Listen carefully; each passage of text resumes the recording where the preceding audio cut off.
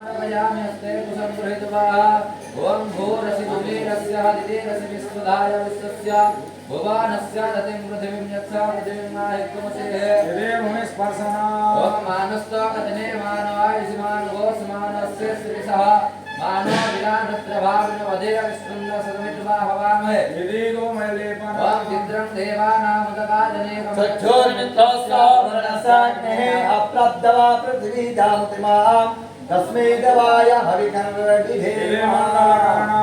नान्यामसि दिनो हि देवान् दिनो हि यज्ञपते दिनो हि यज्ञपते दिनो हि मायज्ञस्थापनाधिक्रम कलसंमयात्वा विश्वतिन्नवः पुनरुद्धारिवर्गस्वदान रुणराधस्पदे इति कलसंस्थापना मम वरुणस्य स्कम्भनोषि वरुणस्य स्कम्भसर्जनिष्ठ वरुणस्य रोता सदन्यसे वर्णस्य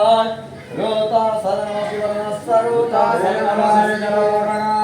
ओम इति कलसे ओम गंगादिसरिता सर्वा समुद्रान्ति सरासिजा आयं दूरिजमानश्च दुरितक्षजकारवा गङ्गश्च यमुनश्चैव गोदावरी सरस्वती